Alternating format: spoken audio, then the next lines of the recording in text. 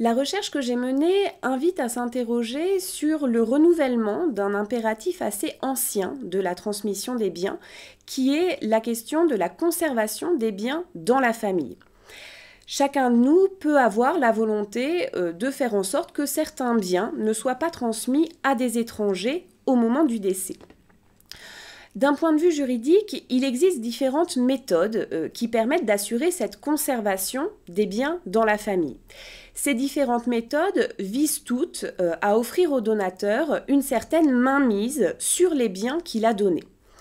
Parmi ces techniques, j'ai décidé de m'interroger sur une clause qui est appelée la clause de retour conventionnelle, clause qui permet au donateur de reprendre le bien donné si jamais le donataire décède avant lui.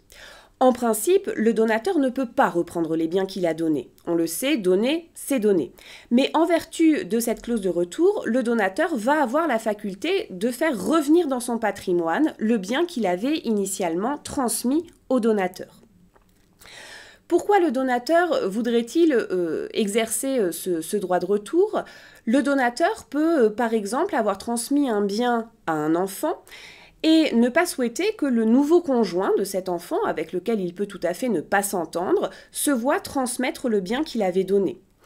Autre hypothèse, le donateur peut aussi souhaiter, parce qu'il est vieillissant et qu'il voit ses vieux jours arriver, reconstituer son patrimoine familial afin de pouvoir obtenir une sécurité plus grande pour l'avenir. L'objectif de ma contribution est d'étudier la possibilité pour le donateur de renoncer à l'exercice de ce droit de retour.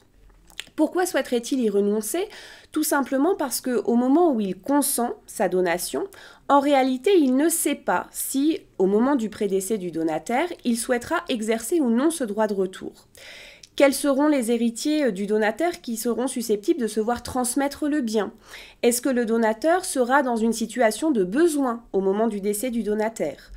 En fonction de ces circonstances, le donateur souhaitera exercer ou ne pas exercer son droit de retour. La renonciation au droit de retour, d'un point de vue juridique, ne produit pas les mêmes effets selon si elle a été prévue dans le contrat de donation ou non. Si le donateur n'a rien prévu dans son contrat de donation, la renonciation pourra produire un certain nombre d'inconvénients à la fois du point de vue civil et du point de vue fiscal. C'est pourquoi ma contribution vise à revenir sur l'opportunité d'insérer dès la conclusion du contrat de donation une clause de nature optionnelle qui permettra au donateur de choisir soit d'exercer, soit de ne pas exercer son droit de retour au moment du décès du donataire.